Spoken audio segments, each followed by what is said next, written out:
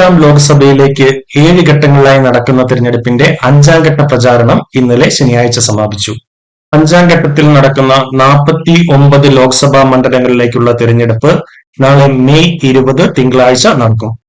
രാഷ്ട്രീയ നിരീക്ഷകരും കേരള ജനതയും ഉറ്റുനോക്കുന്ന റായ്ബറേലി, അമേഠി എന്നീ ലോക്സഭാ മണ്ഡലങ്ങളും 5ാം ഘട്ട തിരഞ്ഞെടുപ്പിൽ വിധി തേടുന്ന മണ്ഡലങ്ങളിൽ പെടുന്നു.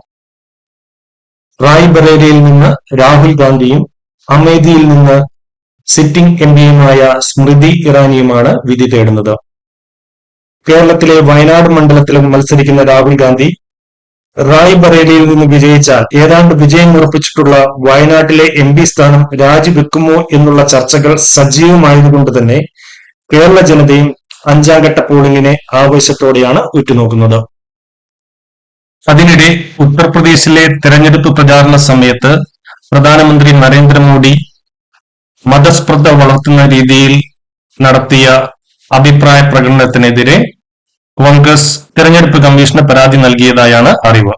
അധികാരത്തിൽ വരികയാണ് എങ്കിൽ കോൺഗ്രസും സമാജ്വാദി പാർട്ടിയും രാം ടെമ്പിൾ ബുൾഡോസർ വെച്ച് തകർക്കും എന്നാണ് നരേന്ദ്രമോദി ഉത്തർപ്രദേശിലെ ഒരു തെരഞ്ഞെടുപ്പ് പ്രചാരണ വേളയിൽ അഭിപ്രായപ്പെട്ടതായി റിപ്പോർട്ടുകൾ ചൂണ്ടിക്കാട്ടുന്നത്. 5ാം ഘട്ട തെരഞ്ഞെടുപ്പിൽ ഉൾപ്പെടുന്ന പ്രമുഖമായ ലോക്സഭാ മണ്ഡലം ലഡാക്ക് ആണ്. കേന്ദ്ര ഭരണ പ്രദേശമായ ലഡാക്കിൽ ജമ്മു കാശ്മീരിലെ ആർട്ടിക്കിൾ 370 പദവി എടുത്തു കളഞ്ഞതിനു ശേഷം വരുന്ന തെരഞ്ഞെടുപ്പ് ആയതുകൊണ്ട് തന്നെ ജമ്മു കാശ്മീരിനോട് ചേർന്ന് കിടക്കുന്ന ലഡാക്കിലെ തെരഞ്ഞെടുപ്പും രാഷ്ട്രീയ നിരീക്ഷകർ വളരെ കൗതുകത്തോടെയാണ് നോക്കിക്കാണുന്നത്. 5ാം ഘട്ട തെരഞ്ഞെടുപ്പ് നടക്കുവാൻ പോകുന്ന 49 ലോക്സഭാ മണ്ഡലങ്ങളിൽ 2019 തെരഞ്ഞെടുപ്പിൽ ബി.ജെ.പി 32 സീറ്റുകളിൽ വിജയിച്ചിരുന്നപ്പോൾ കോൺഗ്രസിന് റായ്ബറേലിയിൽ മാത്രമേ വിജയിക്കുവാൻ സാധിച്ചിരുന്നുള്ളൂ.